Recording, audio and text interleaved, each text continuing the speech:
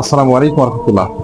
সম্মানিত বন্ধুগণ, আজকে আমরা মহাগ্রন্থ আল কোরআন মাজিদের সূরা জুমা এখানে 5 নম্বর আয়াত থেকে সংক্ষিপ্ত কিছু কথা শুনবো। এখানে আল্লাহ পাক বলছেন, আমি তাওরাতের দায়িত্ব তাদেরকে দিয়েছিলাম, কিন্তু তারা বহন করেনি এবং তাদের উদাহরণ গাধার মতো।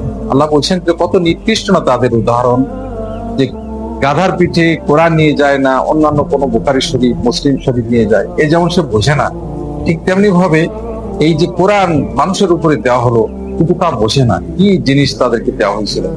তাদের প্রতি এই কিতাব দেওয়ার কারণে তারা যে বোঝে নাই, তারা আমল করে নাই, যার কারণে আল্লাহ পাক কিছু লোকদেরকে বানরে পরিণত করে দিয়েছেন, কিছু শুকরে পরিণত করে দিয়েছেন। শুধু তাই নয়, তাদেরকে ঝড় দিয়ে, বৃষ্টি দিয়ে, তুফান দিয়ে, জলোচ্ছ্বাস দিয়ে, পাথর বৃষ্টি দিয়ে, জমিন উল্টে দিয়ে, প্লাবন দিয়ে তাদেরকে ধ্বংস করে দেওয়া হয়েছে। শুধু তাই নয়, পরকালে তাদের জন্য আযাব নির্ধারিত রয়েই গেছে। সম্মানিত ভাইরা, সেই জন্য আজ আমাদের কাছে কোরআন অক্ষত আছে, আমরা কোরআনটা বুঝে বুঝে পড়ি এবং সেভাবে আমল করি, মানুষের কাছে পৌঁছে দিই। আল্লাহ আমাদের তৌফিক দান করুন। আমিন।